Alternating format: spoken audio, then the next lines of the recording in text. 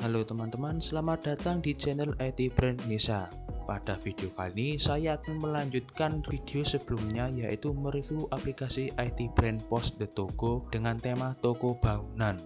Langsung saja kita membahas menu gudang. Di menu gudang terdapat dua fitur, yaitu daftar opening dan fitur perbaiki stok. Di fitur daftar opening ini adalah fitur barang atau stok yang sudah kita perbaiki dalam fitur perbaiki stok. Nah, di sini perbaiki, coba kita perbaiki. Nah, ini diperbaiki, ini daftar barangnya. Kita perbaiki ini. Saya berikan contoh, klik fitur, pencet jumlah realnya berapa, 12 misalkan. Lalu keterangannya bebas. Kasih ada aja, lalu klik simpan. Nah, muncul. Di sini muncul. Ataupun kalian bisa menambah daftar opening dari perbaiki stok. Kayaknya stoknya masih 0 atau nah ini stoknya 0 nih. 0 buah cat.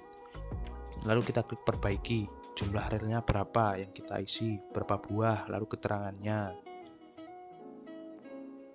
Tadi sebelumnya ada notifikasi barang kurang stok dari minimal, jadi langsung kita perbaiki stoknya ya.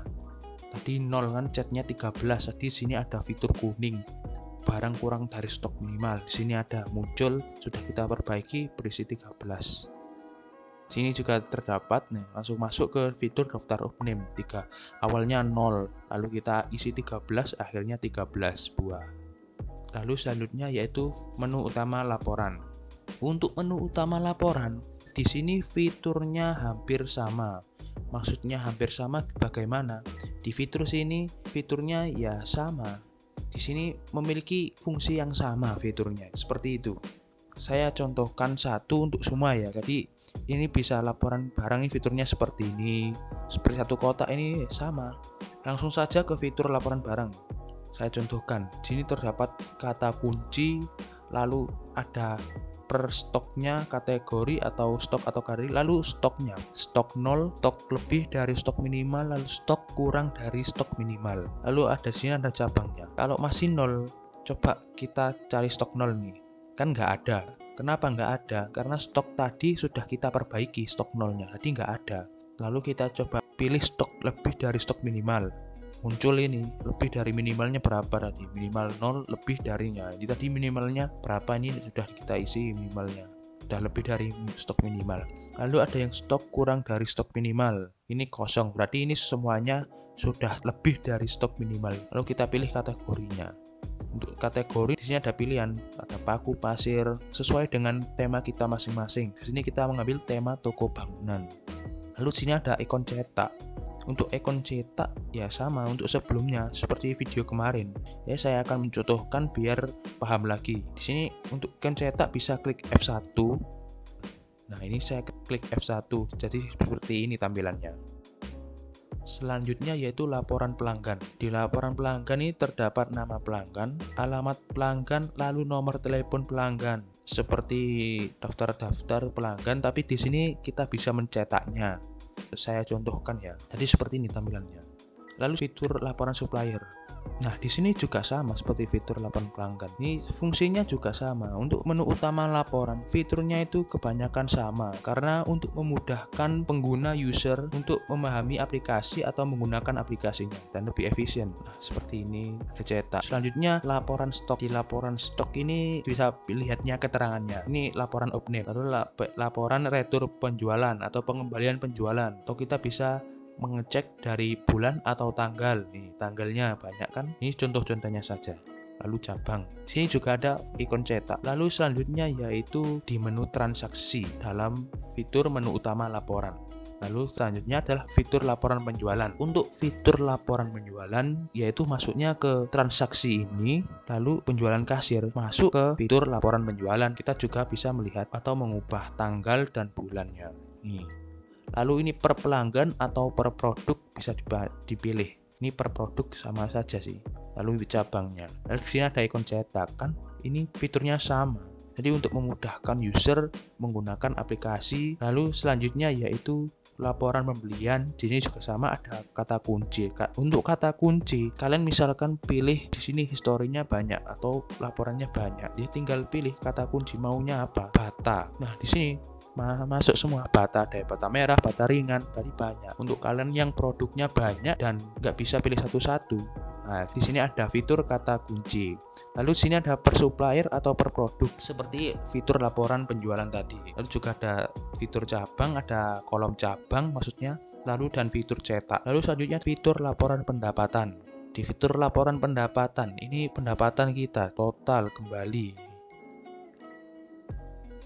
Lalu selanjutnya adalah fitur laporan pendapatannya ini bisa. Nah ini. Lalu selanjutnya adalah laporan terlaris. Untuk laporan terlaris ini laporan yang terlaris atau yang sering dibeli oleh pelanggan. Di sini nggak kosong. Lalu kalau kosong berarti hari ini masih belum ada pembelian. Lalu kita coba cek untuk contohnya ganti bulan. Nah ini muncul belinya jumlahnya 15, 12, ini banyak ini. Yang sering dibeli ini hanya contoh saja.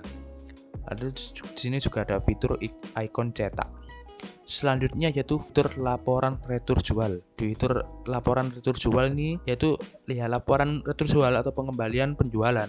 Di sini ada satu nih, jumlahnya 15. Jumlah jualnya yang dikembalikan 2.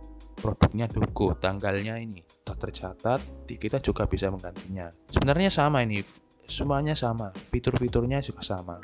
Lalu selanjutnya fitur laporan retur beli, sama dengan fitur laporan retur jual, yaitu pengembalian barang yang sudah kita beli kepada supplier. Di sini juga ada kata kunci, kan sama, ini sama. Juga ada tanggal, ada kolom cabang. Ini fakturnya 454, tanggal, produknya berapa, jumlah belinya, returnya. Ini hanya contoh saja. Lalu selanjutnya yaitu fitur laporan laba. Fitur laporan laba ini kosong, berarti hari ini tidak ada. Coba kita ganti bulan atau tanggal. Ada 2. Labanya 1.800. Ini ada fitur ikon cetak. Lalu selanjutnya yaitu fitur laporan hutang dalam kolom hutang. Laporan hutang. Laporan hutang ini masuk ke pelanggan yang hutang kepada kita. Ini kosong, berarti hari ini tidak ada pelanggan yang hutang, lalu kita ganti bulannya.